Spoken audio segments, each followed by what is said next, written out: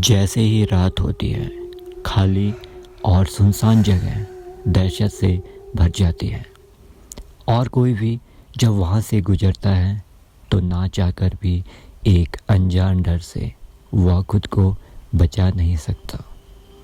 Hello दोस्तों, आप सुन रहे हैं कहानी की दुनिया और आज की कहानी एक सत्य घटना पर है। कहानी पसंद आए तो शेयर ज़रूर करें और चैनल को सब्सक्राइब करें। चलिए शुरू करते हैं। शिट, इस गाड़ी को भी अभी ख़राब होना था।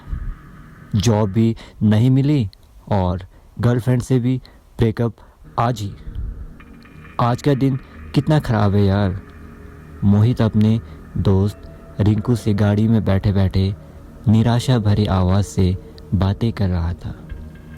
कोई बात नहीं यार, पैदल ही चलते हैं, 1-2 घंटे में तो पहुंच ही जाएंगे। हाँ यार, सही कह रहा है। दोनों गाड़ी लॉक करने के बाद बातें करते हुए निकल जाते हैं। एकदम घना अंधेरा, दूर दूर तक सन्नाटा। कुछ भी दिखाई दे रहा था तो वो था उनके मोबाइल फ़ोन की टॉर्च लाइट।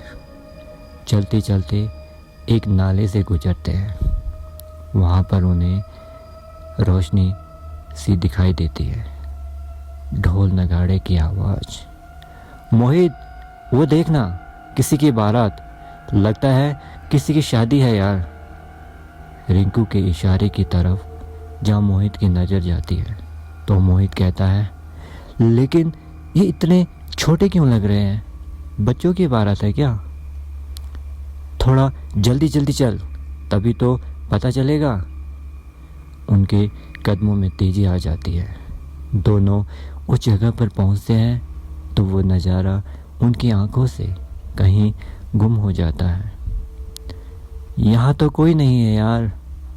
हम कोई सपना देख रहे थे क्या, या हमारे साथ कोई छल हुआ है? दोनों एक दूसरे से यही सवाल कर रहे थे। जाने देना भाई, तू रास्ते पर ध्यान दे, थोड़ी देर में हम घर पहुंच ही जाएंगे। मोहित रिंकू का हाथ पकड़ते हुए बोला। मोहित डर से कांप रहा था। रिंकू को ये फील हुआ तो बोला, मोहित तो डर क्यों रहा है यार, कुछ नहीं होगा। धीरे धीरे लड़खड़ाते हुए कदमों के साथ एक दूसरे के सहारे दोनों आगे चल रहे होते हैं। तभी सिसकती हुई आवाज़ उनके कानों में गूंजती है। पास ही में एक लड़की बैठी हुई रो रही होती है। दोनों हिम्मत करके पास जाते हैं। सुनो, आप कौन हो और यहाँ पर इतनी रात क्या कर रहे हो? दोनों एक साथ सवाल पूछते हैं। जवाब कुछ इस तरह से मिलता है, तुम्हें मेरी शादी में चलना ही होगा। और प्रेत दुल्हन अपना चेहरा उनकी तरफ करती है। दोनों की सांसें रुक सी जाती है।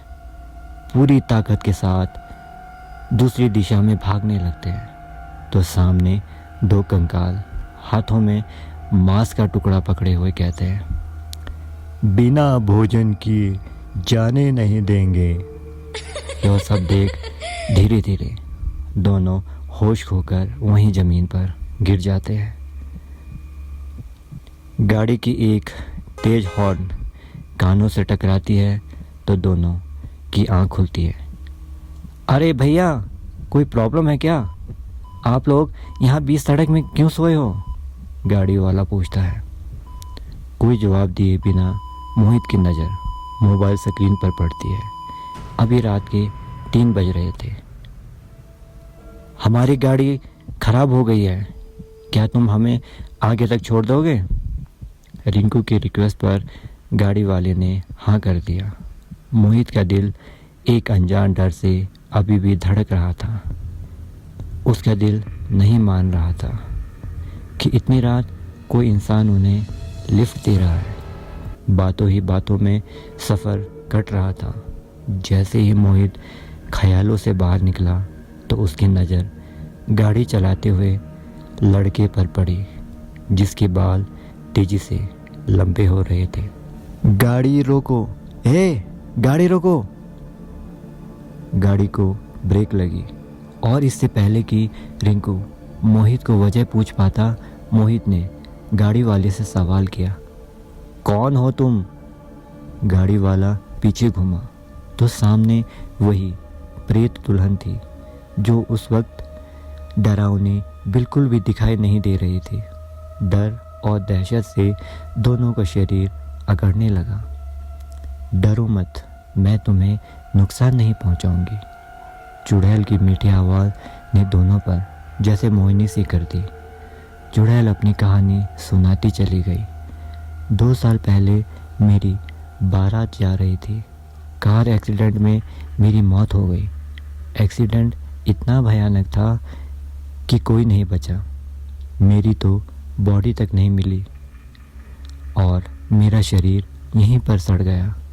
तुम दोनों मेरी हड्डियाँ ले जाकर पवित्र जल में बहा दो, मैं आज़ाद हो जाऊंगी।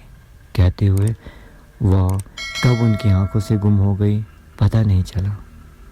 दोनों जब नॉर्मल हुए तो ऐसा लगा जैसे अपने ही गाड़ी में बैठे हुए अपने ही म्यूज़िक सिस्टम में कोई कहानी सुन रहे हैं। बाहर निकलकर देखा तो एक दुल्हन वाला कपड़ों का जोड़ा दिखाई दिया और साथ ही हड्डियाँ। दोनों ने उसे उठाया और दूर एक नदी में बहा कर आए। अब वह प्रेत दुल्हन आज़ाद हो गई थी। अपना प्यार देते रहो और मुझे नई कहानी लिखने के लिए प्रेरणा मिलती रहेगी। चैनल को सब्सक्राइब ज़रूर करें। मिलते हैं अगली कहानी में।